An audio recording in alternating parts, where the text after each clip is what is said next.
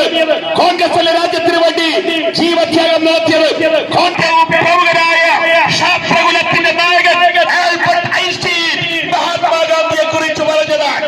ഞാനും നിങ്ങളും നല്ല സ്വാതന്ത്ര്യത്തിലല്ലേ?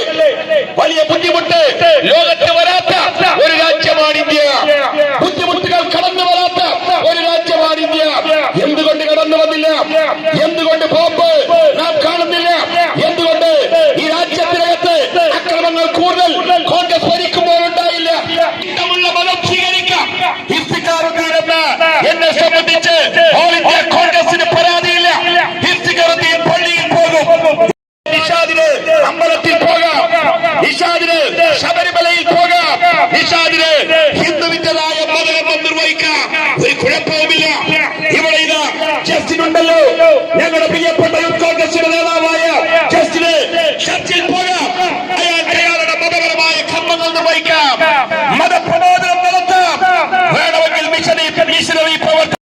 അധികാരം നൽകിയത് സാക്ഷാൽ ഇന്ത്യൻ നാഷണൽ കോൺഗ്രസ് ആണ്. അധികാരം നൽകുന്നത് ഭരണഘടന പ്രകാരമാണ്. The people of India having formally resolved to constitute India into a socialist democratic republic. ഇന്ത്യയുടെ ഭരണഘടന അതിന്റെ ആമുഖം എഴുതാൻ തീരുമാനിക്കുമ്പോൾ നെഹ്റുവിന്റെ വാചകം അതിനകത്ത് രേഖപ്പെടുത്തുകയാണ്. We the people of India, നാം ഇന്ത്യക്കാർ. ഞങ്ങൾ കോൺഗ്രസ് എന്ന് പറഞ്ഞാൽ പോരെ? ഞങ്ങൾ കോൺഗ്രസ് അല്ലേ അധികാരം കൈമാറ്റം ചെയ്യപ്പെടുന്നത്?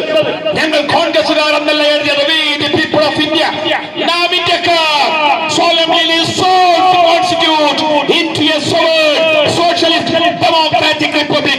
ഇതിനകത്ത് എല്ലാവരെയും ഉൾക്കൊണ്ട് ഇതൊരു ജനാധിപത്യ പരമാധികാര മതേതര റിപ്പബ്ലിക് ആയിരിക്കും എന്ന് പ്രഖ്യാപിക്കുകയാണ്. ഇവിടെ കുഴപ്പം സംഭവിച്ചത് കോൺഗ്രസ് ഇല്ലാത്ത ഇന്ത്യയിലാണ്. കണ്ണുണ്ടാകുമ്പോൾ അതിന്റെ വില അറിയില്ല, കാഴ്ച നഷ്ടപ്പെടുമ്പോഴേ അതിന്റെ വില അറിയൂ എന്ന് പറയുന്നത് പോലെ കോൺഗ്രസ് സംരക്ഷിച്ച ഇന്ത്യ ഇതാ രാജ്യത്ത് നിന്ന് ലോകത്ത് നിന്ന് ഇല്ലായ്മ ചെയ്യപ്പെടുകയാണ്.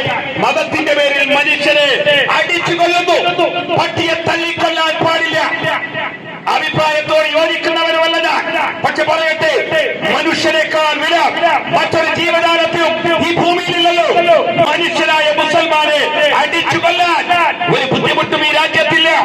പട്ടിയെ കൊന്നാൽ ചോദ്യം ചെയ്യും. പക്ഷേ മനുഷ്യരായ മുസൽമാനെ കൊന്നാൽ ചോദ്യമില്ല. ഉത്തരേന്ത്യയില്ല വേദന പറഞ്ഞറിയിക്കേണ്ടതായിട്ടില്ല. ഭക്ഷണം നോക്കിക്കൊണ്ട് മനുഷ്യരെ വിലയിരുത്തുകയാണ്, താടി നോക്കി മനുഷ്യരെ വിലയിരുത്തുകയാണ്. വസ്ത്രം കണ്ടാൽ അറിയാം അവൻ ആരാണ് എന്ന്. സാക്ഷാൽ ഇന്ത്യയുടെ പ്രധാനമന്ത്രി രാജ്യത്തിനകത്ത് വിളിച്ചു പറയുകയാണ്. ഏറ്റവും മക്കളുള്ളവരവൻ, അവന്റെ വിഭാഗം രാജ്യത്തിന്റെ വിഭാഗമല്ല. പരസ്യമായി രാജ്യത്തെ പൊതു തെരഞ്ഞെടുപ്പ് ഇക്കഴിഞ്ഞ ലോക്സഭാ തെരഞ്ഞെടുപ്പിൽ സാക്ഷാൽ ഇന്ത്യയുടെ പ്രധാനമന്ത്രിയായ വർഗീയതയുടെ ആരൂപമായ നാക്കിൽ നിന്ന് കേൾക്കാൻ നമുക്ക് സാധിച്ചില്ലേ?